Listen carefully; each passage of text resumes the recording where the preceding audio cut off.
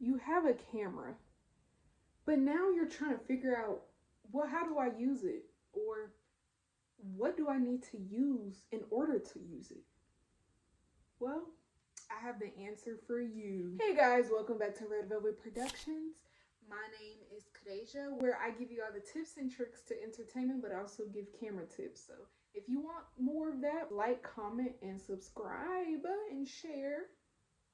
Let's get into the video. So you have a camera, okay? It was maybe like $200, $300, $400, $500, or even beyond that.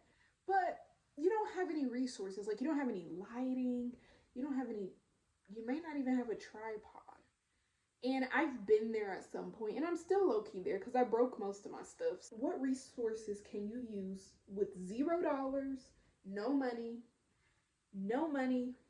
to be successful? So let's first talk about equipment.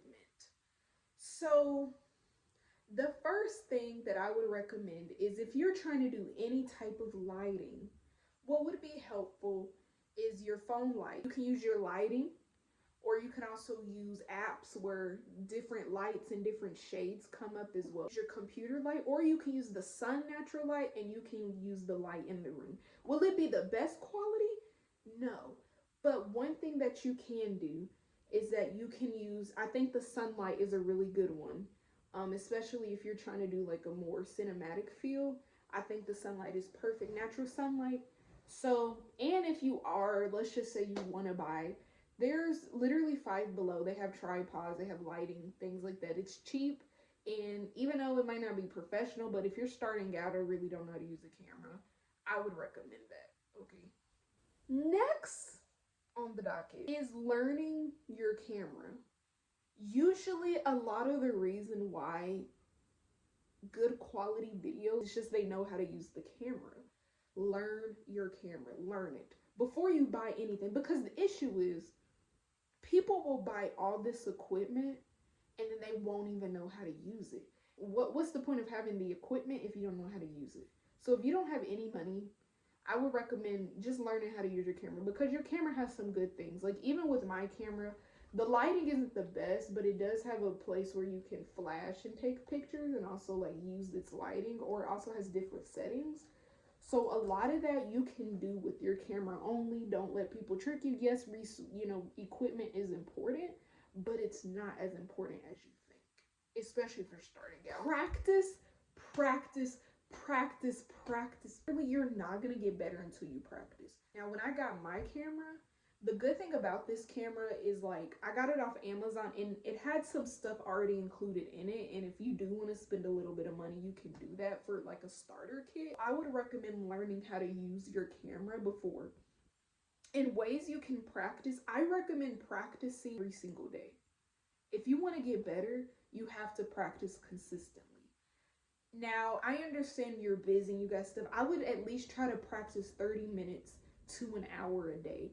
And the way that I would practice is I will try to do different things a week. So maybe this week I'm going to just focus on photography more. And then the next week I may focus on learning what ISO or aperture or exposure is, like learning terms, doing something to learn your camera. Because if you're really trying to do something with photography, videography, all that type of stuff, it is going to be beneficial to practice, because practice makes perfect. And you don't have to, like me, I'm not the best photographer and videographer. It is something that I want to do as a side business eventually, but I'm not the best. I've gotten a lot better because I've practiced, but I'm like, it's okay that you're not the best either. Like, your work will apply to the people that really want to work with you. You can be the best in the game and not everyone is going to like your creations. It's just about what you want. So don't worry about that. And kind of some ways that you could practice. Maybe every day you take photos of different objects or photos of your friends and family.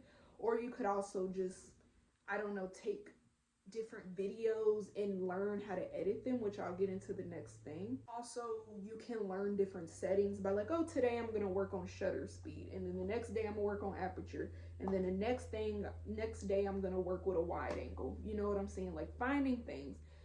give yourself about 30 minutes to an hour a day. I promise you will get better if you just give yourself that. Another thing is there are editing apps. Personally, I use Adobe.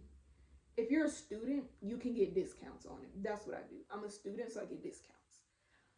It did go up in price, but also you can buy a lifetime membership, and you literally can buy it one time, which I'm gonna do eventually, and you literally don't have to even think about doing it anymore. Now, for editing is probably one of the most important parts of learning how to use a camera, because your camera's not perfect. Even if you have all the fancy equipment, it's not perfect. Things happen, sounds go off, and sometimes you have to edit that out. That's why they have people that do color corrections. They have people that do sound mixing. They have people that do editing, you know, generally, transitions, whatever. That's why they have all these people do it, because it takes a lot. But if you're just starting out, I would just practice using the free editing apps until you grow your editing skills. Like CapCut is a perfect one. I think you should start with CapCut. It's very user friendly. Like if you don't know what you're doing, you can make it look good and start understanding transitions, learning different things, learning color correction, all these things. And then also you have DaVinci. I think there's a free version of DaVinci if you download it on your desktop, I believe. I think there's a free version. I think. I'm not 100% sure, because I don't use DaVinci. I've used it a couple times, but I don't really use it, so I forgot. But I think you can use the free version, and then iMovie. It's not much, but really think about if you're just starting out and you don't have any money, there's ways that you can do it for free.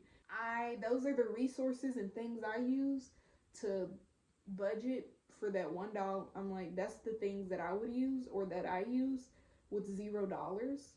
And also, yeah. But thank you guys for watching this video. If you enjoyed, please like, comment, and subscribe. And if you have any other tips or anything else that you want me to share, please let me know. Thank you guys. Bye. See you in the next video.